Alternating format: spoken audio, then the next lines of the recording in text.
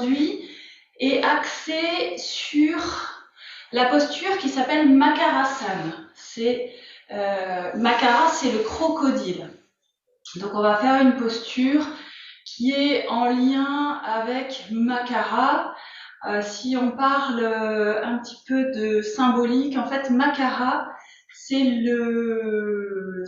un monstre marin mi-dauphin, mi-crocodile, et il est souvent représenté sur les yantras, ce qu'on appelle des yantras en correspondance avec le centre d'énergie du pubis. Alors j'en ai un là, je vais vous le montrer, il est comme ça.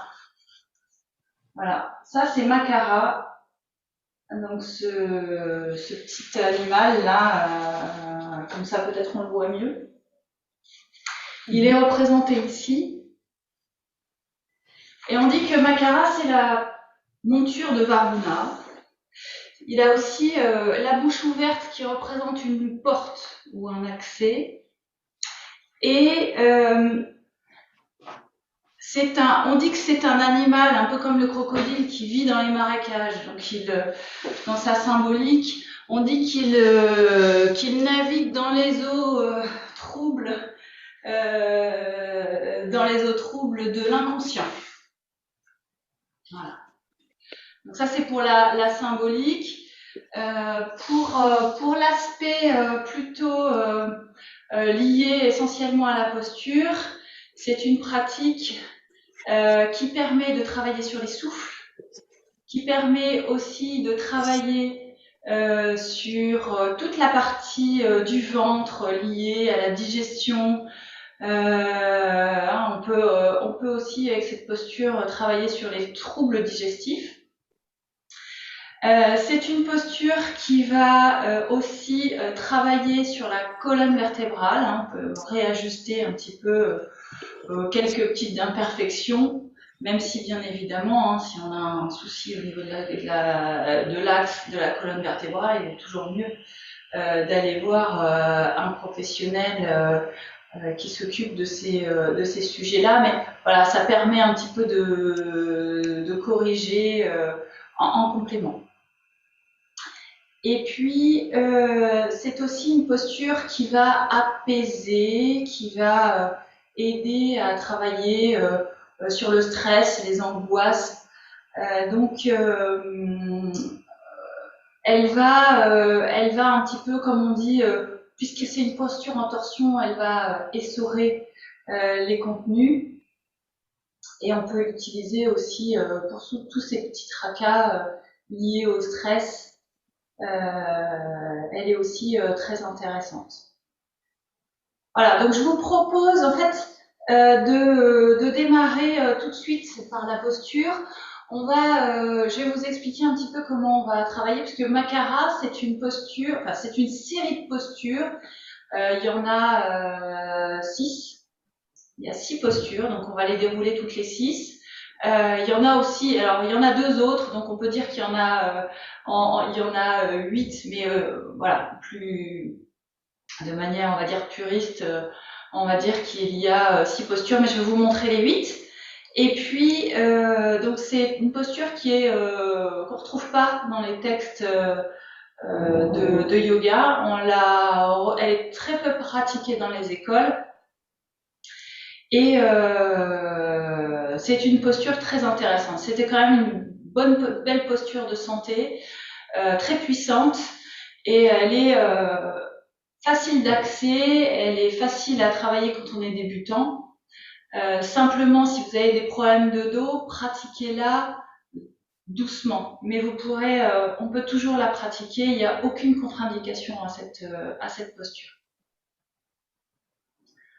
Donc, on va démarrer, puis je vous expliquerai un petit peu par la suite les effets bénéfiques de cette posture. J'ai pris quelques notes, je pourrais vous en parler plus précisément, mais on va démarrer par la première posture, la première version de la posture du crocodile. Donc, je vous invite à pratiquer avec moi.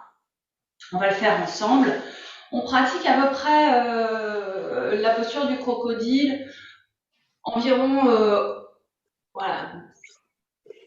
3 minutes minimum, dans l'idéal 5, et puis après, si vous souhaitez la pratiquer un peu plus, vous pouvez la pratiquer plus longtemps. Elle se fait allonger. On va la faire allonger, puis il y a d'autres versions où on a les jambes repliées. Et elle se pratique toujours sur un souffle. Donc, et le souffle, il est travaillé dans le mouvement. C'est-à-dire que vous allez faire une inspiration, une expiration, et à la fin, soit de l'expiration, soit de l'inspiration, vous allez faire une pause. C'est-à-dire que vous allez faire une rétention à vide ou à plein. Et vous ferez le mouvement du crocodile pendant cette rétention de souffle. Donc bien évidemment, au début, quand on n'a pas l'habitude des rétentions de souffle, eh bien on va la faire très rapidement, quelques secondes, on va faire une torsion, 2 torsions, et puis au fur et à mesure de la pratique, ben, vous pourrez augmenter le temps de torsion, puisque vous pourrez aussi un petit peu augmenter la rétention de souffle. On va démarrer. Donc je vous invite à vous allonger au sol.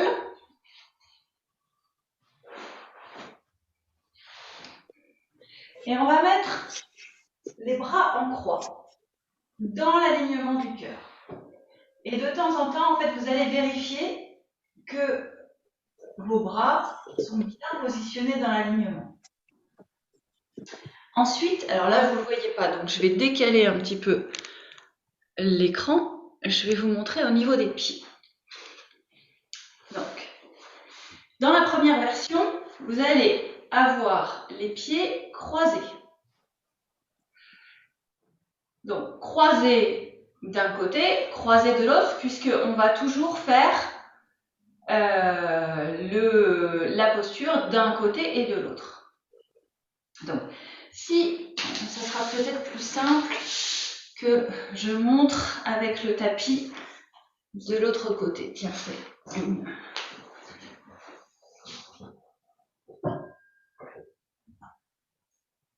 Je pense que vous allez mieux voir les pieds et l'ensemble du corps. Voilà. Donc vous allez croiser comme ça. Vous allez vous allonger. Les bras en croix. Une fois que vous êtes dans la position, quelques instants, vous vous centrez, vous rassemblez votre concentration.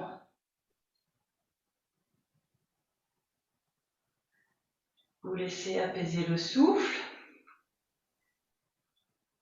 Et vous allez faire la posture en torsion. Donc, dans l'alignement de la colonne vertébrale, vous allez positionner le souffle. Vous allez inspirer.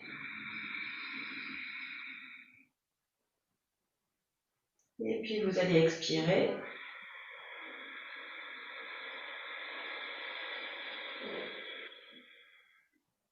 Donc, si on démarre par une rétention à vide, là, vous allez bloquer le souffle. Vous allez serrer le ventre, serrer toute la base pelvienne. Et vous allez faire une rotation.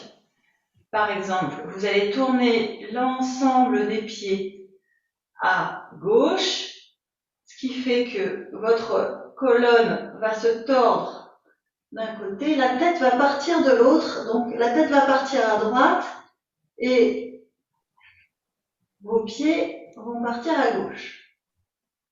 Ça, c'est une première torsion. Vous êtes toujours en rétention de souffle à vide, par exemple. Et puis là, vous allez revenir au centre, passer de l'autre côté et faire la torsion inverse. La tête vers la gauche, les pieds vers la droite. Vous revenez au centre. Si vous avez besoin d'inspirer, eh bien, au centre, vous inspirez et vous expirez.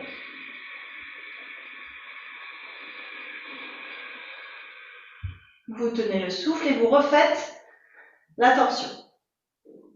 D'un côté,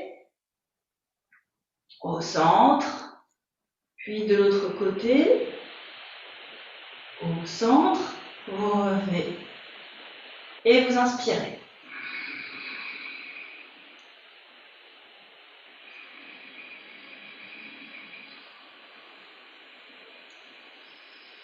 Vous faites des longues inspirations et expirations. Si vous connaissez la pratique d'Ujjayi, eh bien, c'est toujours préférable de la faire, c'est-à-dire qu'on va freiner l'air dans la gorge pour allonger l'inspiration et l'expiration. De nouveau au centre, inspire.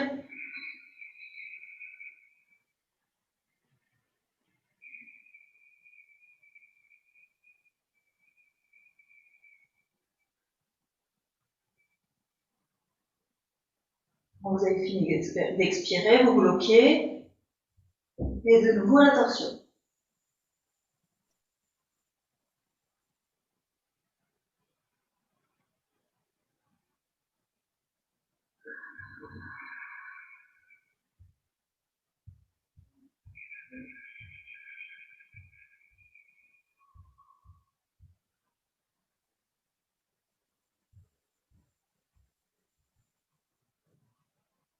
Et le mouvement se fait toujours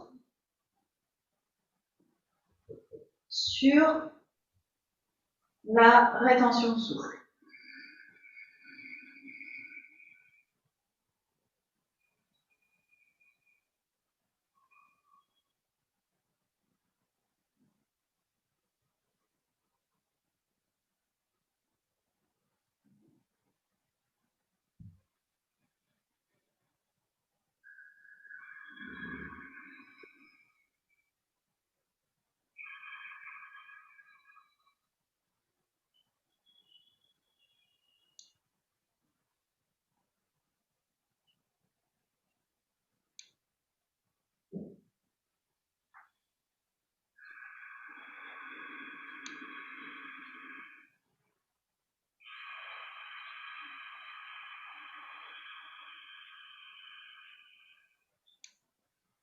Puis, une fois qu'on a fait, par exemple, 3 minutes avec le pied droit au-dessus du pied gauche, vous allez changer le pied sur l'inspire.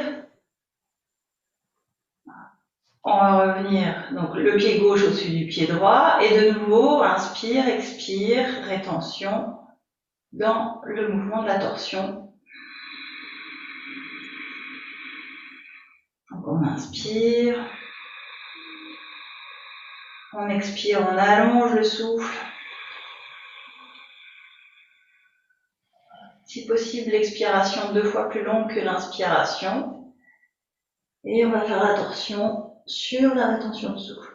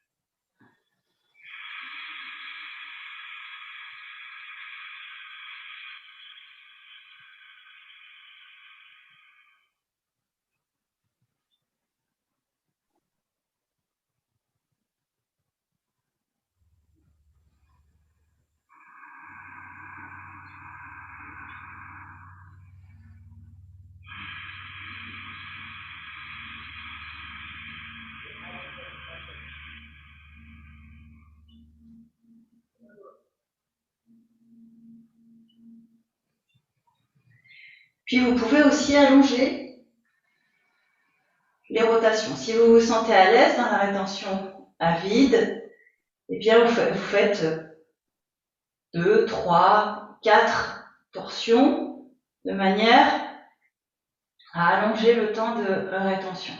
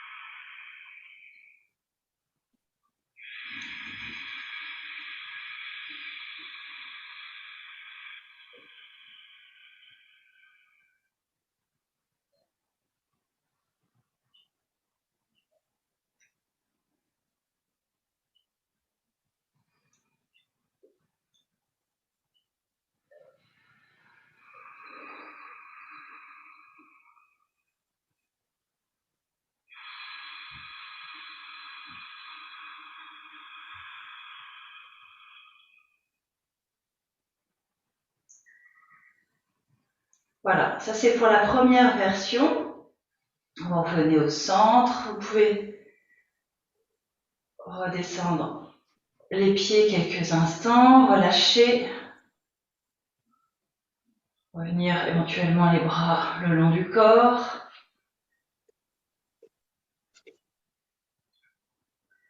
Relâchez le souffle et vous observez quelques instants les effets de la pratique, les conditions dans lesquelles elle vous met, les sensations.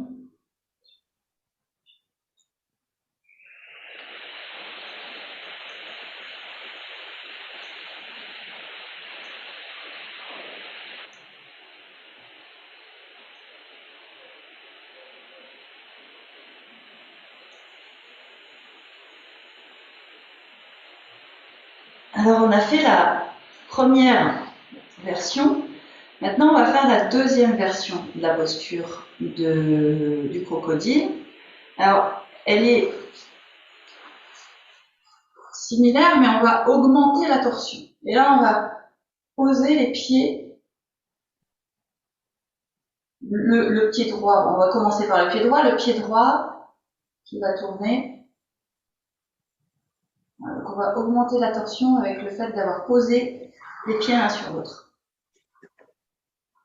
Donc de nouveau, on se remet dans la position.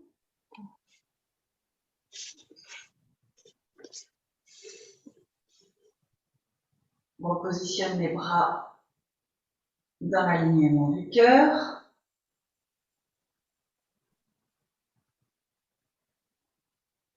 On va continuer avec la rétention à vide.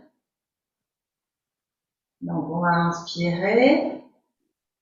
Essayer de rentrer le menton pour permettre à l'air d'être freiné en fait dans l'arrière-gorge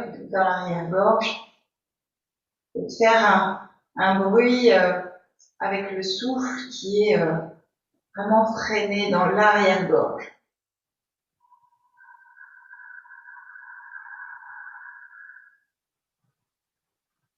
On expire et essayez de faire en sorte que l'expiration soit 2 fois plus longue que l'inspiration.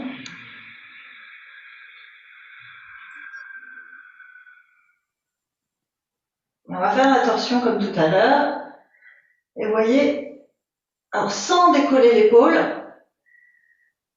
on va faire la rotation et essayer de venir poser le pied au sol. Donc ça va augmenter la torsion, mais attention à votre épaule. Et la tête va toujours dans le sens opposé du corps, de la torsion. Une fois que vous avez fait votre torsion, vous pouvez inspirer.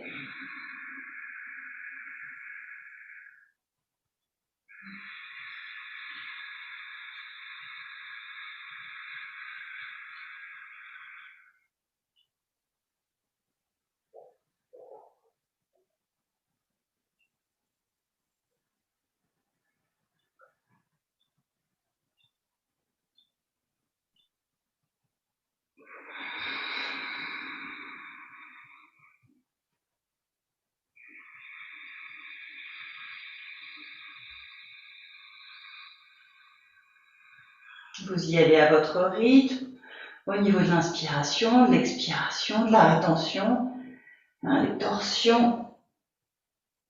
Essayez de forcer autant que vous pouvez, sans vous faire mal, mais allez loin dans la torsion, sans décoller l'épaule, et allongez le souffle. Si vous pouvez le ralentir, ralentissez-le, c'est toujours mieux. Ralentissez aussi la torsion, on peut la faire très lentement, de manière à ne pas venir troubler le souffle avec l'agitation du mouvement. Et puis à chaque fois, dès que nécessaire, dès que vous sentez qu'il y a besoin d'inspirer, vous revenez au centre et vous inspirez.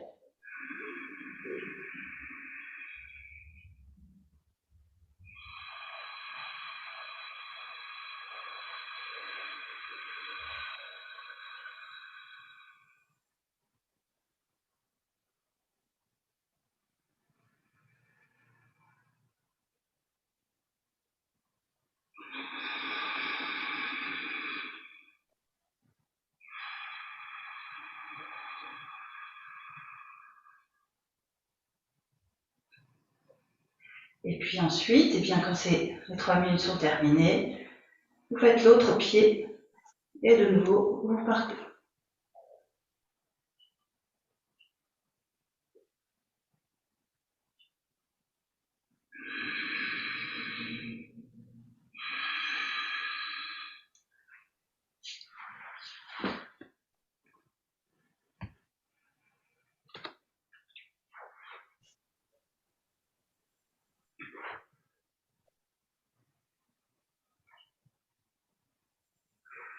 Donc, inspire, expire, la torsion de chaque côté. Vous avez compris. Alors ça, vous pourrez repratiquer ensuite, par la suite. Et une fois qu'on a terminé, eh bien, de nouveau, les pieds de chaque côté. On relâche. On observe les sensations.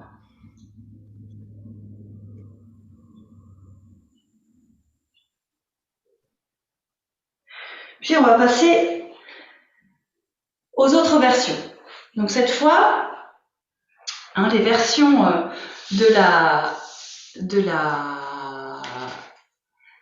les versions du crocodile sont un peu différentes. Donc,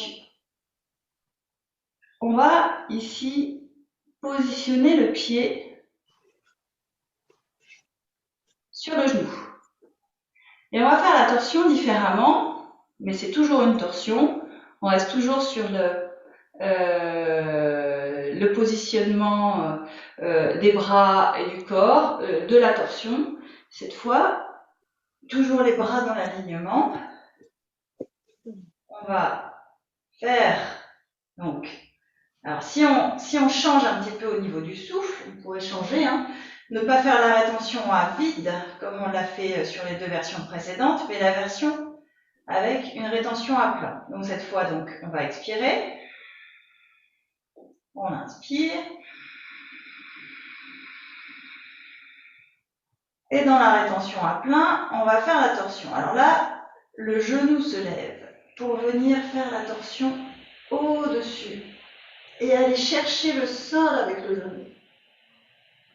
L'épaule ne se décolle toujours pas. De l'autre côté, on va venir aussi chercher le sol, mais dans l'ouverture. Et ainsi de suite.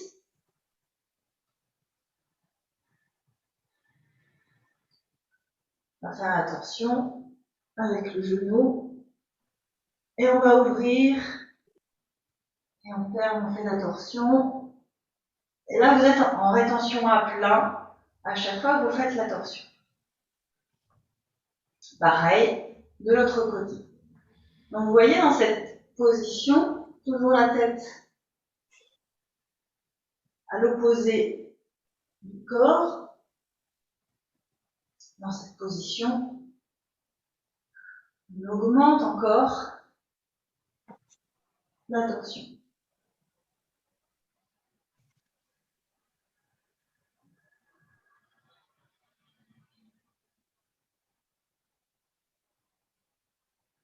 Donc là, c'est la 3e version.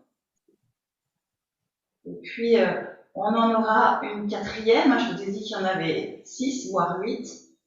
On va toutes les voir, on ne va pas toutes les faire essentiellement parce que ça serait assez long si on prend 3 minutes pour chaque côté, pour chaque version. Alors, la 4e version, vous allez avoir les genoux, les pieds ouverts de la longueur d'un tibia. Donc, vous voyez, si je viens faire la torsion, mon genou va arriver au niveau de ma cheville.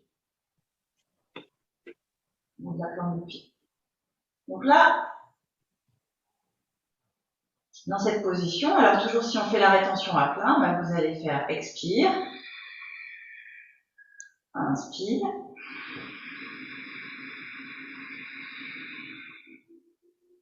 vous tenez le souffle à plein, vous tenez le plancher pelvien serré, vous serrez la base, vous serrez la gorge pour éviter que l'air ne rentre et vous faites la torsion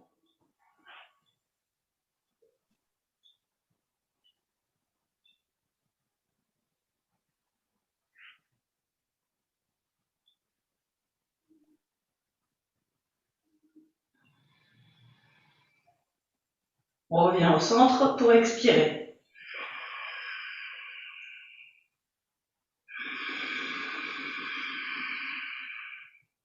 Rétention à plein, on serre bien le ventre, la base, la gorge.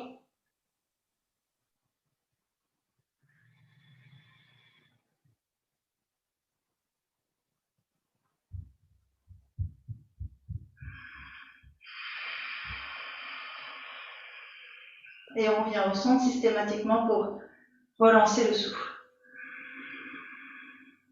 Et on va comme ça dérouler les différentes versions en essayant systématiquement de ne pas faire de respiration de confort. C'est pas ni d'inspirer ni d'expirer pendant la rotation. Et éviter en fait de reprendre son souffle pendant la posture.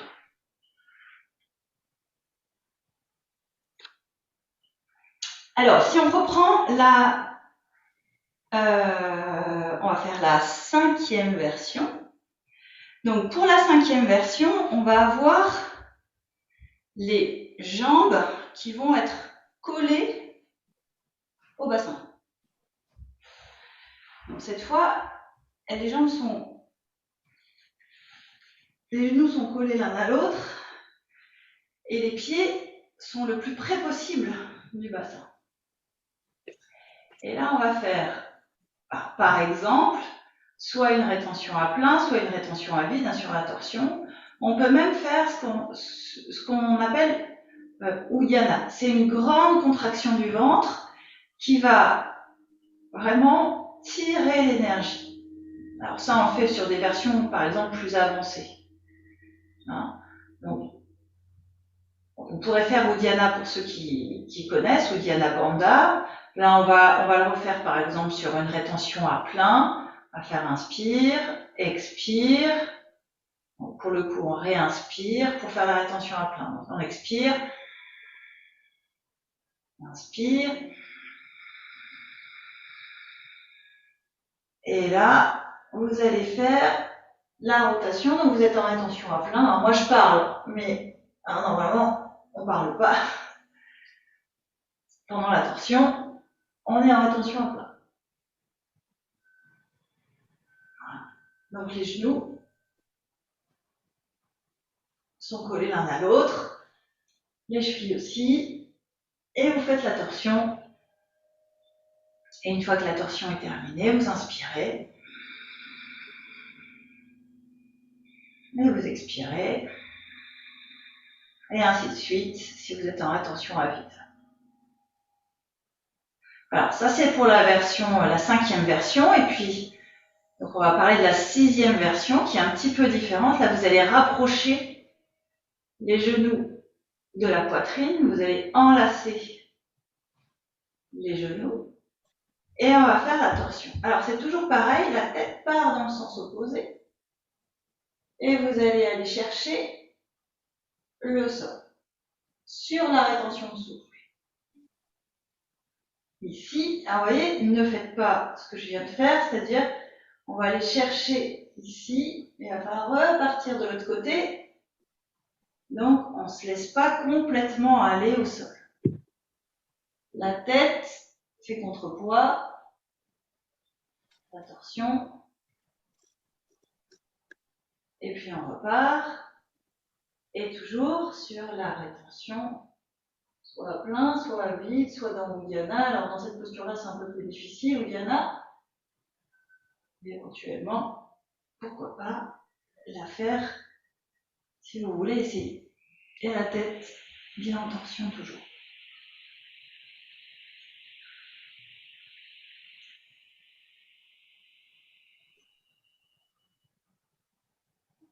Voilà, donc on a vu les 6 versions. Et alors je vous disais en préambule qu'il y en avait 2 de plus. Elles sont un petit peu différentes. Donc cette fois, en fait, c'est plus vrai. Enfin, c'est une variante. On va dire que c'est une variante parce que ça ressemble plus trop au crocodile. C'est plutôt une version où on va faire, voilà, votre pied il est ici. On va venir enlacer un pied. Et on va tout doucement, sur la rétention de souffle, hein, toujours, on va pousser le genou, les bras en traction. Les bras ne sont pas actifs, ils sont poussés par le genou. Là, on va venir se mettre en assise. Chemin inverse. On va dérouler tout doucement, en tenant le souffle.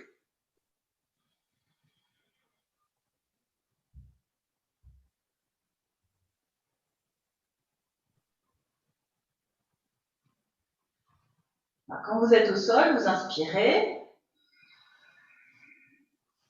Vous expirez. Par exemple, si vous allez faire le mouvement en rétention à vide.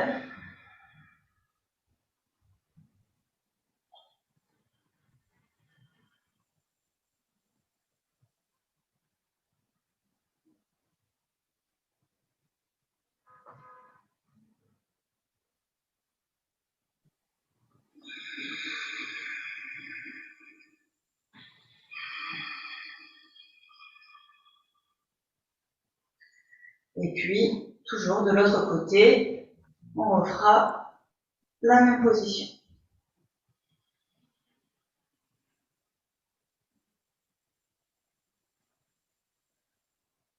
Le mouvement. On travaille un petit peu l'équilibre. La dernière version, cette variante, on va venir prendre les deux genoux. Et pareil, vous allez chercher. Donc ça demande de la patience, de l'équilibre pour aller se positionner dans la position assise et puis repartir. Voilà, donc on a fait les 6 postures et les 2 variantes. Ce que je vous propose, c'est de parler un petit peu de développer un petit peu ce que je vous ai dit en préambule. Donc, sur le plan physiologique, alors je vous disais, hein, c'est une grande posture de santé. Elle stimule donc le ventre, la digestion, l'assimilation et l'élimination. On a une rotation de la colonne vertébrale, hein, vous l'avez vu, hein, une torsion. Donc, elle va permettre de corriger, hein, toujours, bien évidemment, faire attention si vous avez des soucis au niveau de la colonne, hein, de le faire doucement, mais elle permet de corriger un petit peu les petits soucis, les petits tracas de la colonne vertébrale, même si vous avez besoin toujours de voir un spécialiste s'il y a des problèmes un peu plus importants. Si elle est faite régulièrement, elle est intéressante aussi pour les problèmes d'arthrose. C'est une posture qui calme, mais elle est aussi à la fois tonique. Hein. C'est aussi, bon, vous le voyez, une posture d'énergie, hein, parce qu'on travaille sur les rétentions de souffle. Donc elle apporte calme, détente. Elle agit sur le ventre, hein, donc tout ce qui est lié aux émotions va être un petit peu aussi régulé. Sur la partie énergétique, donc elle travaille sur tous les canaux. Si vous connaissez un petit peu les centres d'énergie, elle va plutôt travailler sur les centres d'énergie du bas, la base, le pubis, le ventre. Et puis pour l'aspect mental, en fait, tout ce qui concerne les fonctionnements mentaux est géré par le centre d'énergie du ventre. Donc c'est une posture qui va vous permettre d'apaiser, très bonne pour les personnes qui sont hyper tendues ou insomniaques habituellement. Élimine en profondeur les tensions, les angoisses. Ce qu'on conseille en général, c'est de la pratiquer tous les jours. Alors vous voyez, d'un côté et de l'autre, vous pouvez faire une version une journée, et puis la deuxième version le lendemain. Vous changez le souffle, vous faites la troisième version le troisième jour. Voilà, vous pouvez comme ça décliner, vous voyez, sur toute une semaine, vous pouvez faire cette posture différente. Voilà, toujours Le mouvement se fait toujours dans l'arrêt de souffle, dans la rétention de souffle.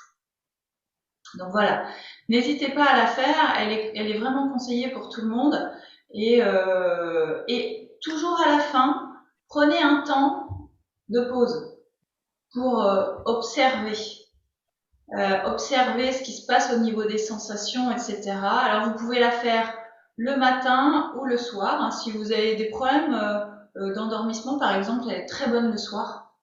Donc n'hésitez pas à la faire quand vous le pouvez. Vous voyez, quelques minutes, ça sera toujours bénéfique. Merci d'être venu, merci d'avoir participé.